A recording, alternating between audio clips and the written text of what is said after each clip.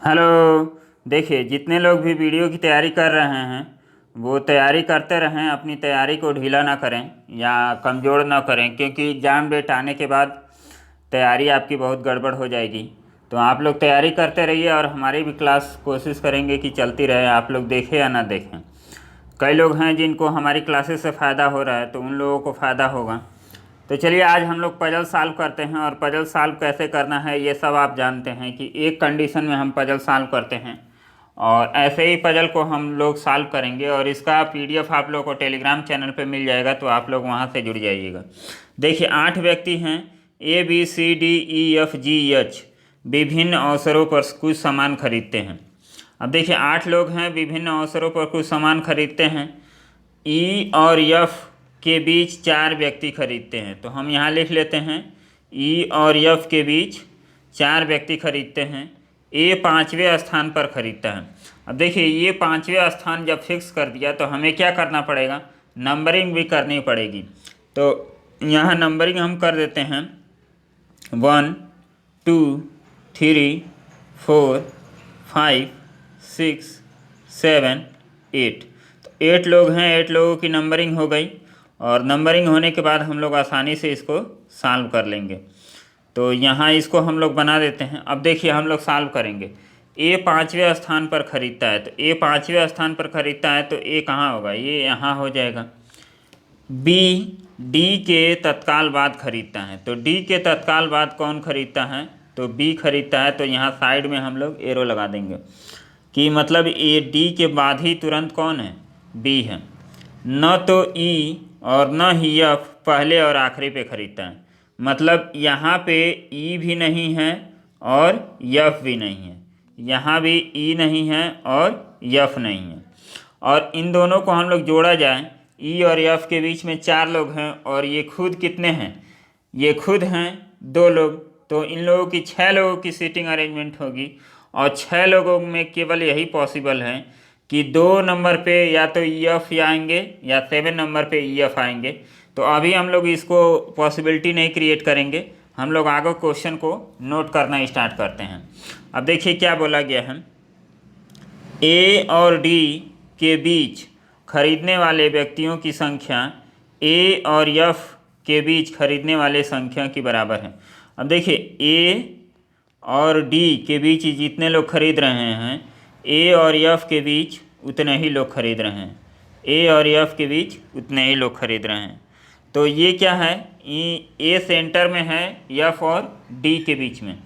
जी H के बाद खरीदता है, जी जो है एच के बाद खरीदता है, लेकिन छठे स्थान पर नहीं, सी पहले स्थान पर नहीं खरीदता है, सी आपका यहाँ नहीं है। तो हम लोग एक ही पॉसिबिलिटी में देखिए इसको कैसे सॉल्व करेंगे। अब हमें पता हो गया क्या कि ई और एफ यहाँ या ई एफ यहाँ, इन दोनों में से कोई भी एक आएगा। और यहाँ हम लोगों को पता है कि एफ और डी के बीच में कौन रह रहा है, ए रह रहा है। यदि हम एफ को यहाँ लेते हैं, एक तरह से सोचना है हमें कौन कहाँ होगा, इसलिए हम पॉसिबिलिटी ज़्यादा नहीं क्रिएट करते हैं, और हमारा पजल क्या होता है, सॉल्व हो जाता है आसानी से। तो यदि हम एफ को यहाँ रखते हैं, तो एफ और ए के बीच में कितने लोग हो गए, 2 लोग। तो फिर ए और डी के बीच में भी 2 लोग होने चाहिए, तो डी को हमें यहाँ रखना पड़ेगा।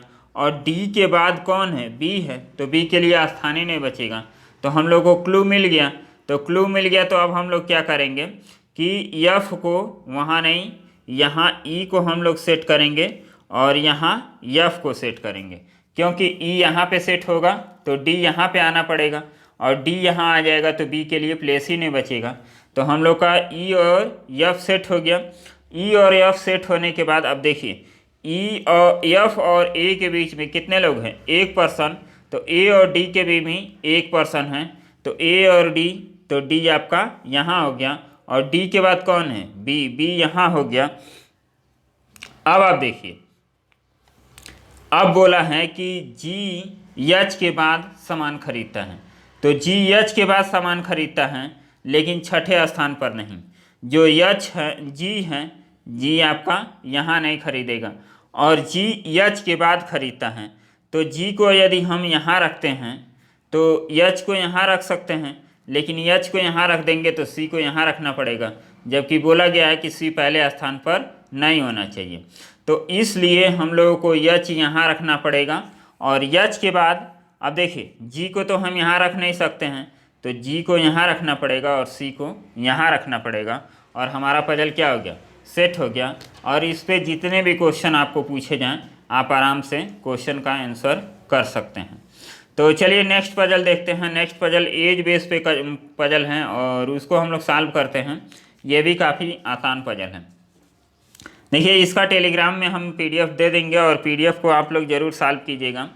और यही मकसद है कि वीडियो का एग्ज़ाम जब तक होगा तब तक आप लोगों का 100 से भी ज़्यादा पजल हम लोग करा देंगे। और वीडियो ही नहीं, यूपी ट्रिपल एससी का कोई भी एग्ज़ाम हो जिसमें रीजनिंग पूछा जाता है, या रेलवे एनटीपीसी का एग्ज़ाम होने वाला है सीबीटी 2, तो सीबीटी 2 में भी आपका रीजनिंग आएगा और रीजनिंग में पजल आपका आना तय है। तो उसके लिए भी आप लोग क्लासेस अटेंड कीजिए यदि आप रेलवे की तैयारी करते हैं या किसी अन्य की तैयारी करते हैं। इवन आप आरआरबी की भी तैयारी करते हैं, बैंकिंग में हैं, बैंकिंग फील्ड का, तो आरआरबी की भी तैयारी करते हैं तो उसके लिए भी काफ़ी अच्छा ये आपका सीरीज रहेगा। आरआरबी में देखिए आप लोगों की इंग्लिश उतनी सही नहीं है, तब भी आप परीक्षा दे सकते हैं, क्योंकि आरआरबी का जो मेंस होता है उसमें इंग्लिश और हिंदी ऑप्शनल होता है, तो आप हिंदी को चूज़ कर सकते हैं। और इसका रिक्रूटमेंट बहुत फास्ट होता है। अगस्त में इसका एग्ज़ाम होने वाला है और सितंबर में मेंस हो जाएगा, और उसके बाद नवंबर तक इंटरव्यू, और जनवरी 1 तारीख को ये अपना फाइनल रिजल्ट हर साल दे देते हैं। तो चलिए हम लोग इसको सॉल्व करते हैं। अब देखिए दिया है 1961, 1968, 1972, 1988, 1953, 1999 और 2013। सभी आयु गणना 2020 के आधार पर की जाएगी। अब यहाँ पे दिया गया है तो सबसे पहले हम लोग क्या करते हैं, इनकी नंबरिंग हम लोग कर लेते हैं। नंबरिंग मतलब एज वाइज हम इनको क्रम में बैठा लेते हैं। तो एज वाइज क्रम में बैठाएंगे तो ये 61 हो जाएगा, 61 हो गया, फिर 68, फिर 72, फिर 88, 88 के बाद 93, 93 के बाद 99, 99 के बाद 2013। तो ये हम लोग का सीटिंग हो गया इन लोगों का। और इन लोगों की सीटिंग में अब हम लोग ऐसे जैसे हम लोग डिवाइड करते हैं ऐसे कर सकते हैं। अब देखिए इनका एज भी काउंट करना है, तो एज दिया है 2020 पे, तो 2020 पे आप लोग काउंट कर सकते हैं। 2020 पे काउंट करेंगे तो कैसे काउंट करेंगे, इसको देखिए, ये 13 में पैदा हुआ है 2013 में, और 20 से हमें काउंट करना है, तो 20 से काउंट करना है तो ये कितने साल का होगा, 7 साल का होगा। और 1999 है तो ये 21 साल का होगा। और ये 20 और 7 27 साल का ये हो जाएगा आपका, 27 साल का ये हो जाएगा, और ये हो जाएगा 32 साल का और ये आपका हो जाएगा 48 साल का, 48 साल का, और ये हो जाएगा 52 साल का। उसके बाद ये हो जाएगा 59। तो इस तरह हमने सबका एज भी निकाल लिया कि कौन कितने साल में पैदा हुआ है, कितने सन में, और उसकी 2020 के अकॉर्डिंग कितने साल उम्र हो गई। अब हम लोग क्या करते हैं, कंडीशन को नोट करते हैं और बाकी क्वेश्चन को हम लोग सॉल्व करना स्टार्ट करते हैं। एज प्रॉब्लम में जितने भी क्वेश्चन, एक देखिए मैथमेटिकल एज प्रॉब्लम होता है और एज बेस्ड पजल भी आते हैं। तो एज बेस्ड पजल ऐसे ही आते हैं जिसका हम लोग क्या करते हैं, सन दिया रहता है और उसमें एक बेस ईयर दिया रहता है। उसके बाद हम लोगों को क्या करना है, उसका एज कैलकुलेट करके क्वेश्चन को करना होता है। डी का जन्म एक अधि वर्ष में हुआ था। अधि वर्ष का मतलब क्या होता है, लीप वर्ष। तो लीप वर्ष कौन कौन है, 68, 72 और 88। 3 वर्ष हैं जो लीप ईयर हैं, बाकी सब क्या हैं, लीप ईयर नहीं है। तो यहाँ पे हम लोग क्या कर सकते हैं, डी का लीप वर्ष में हुआ है और 88 में नहीं है।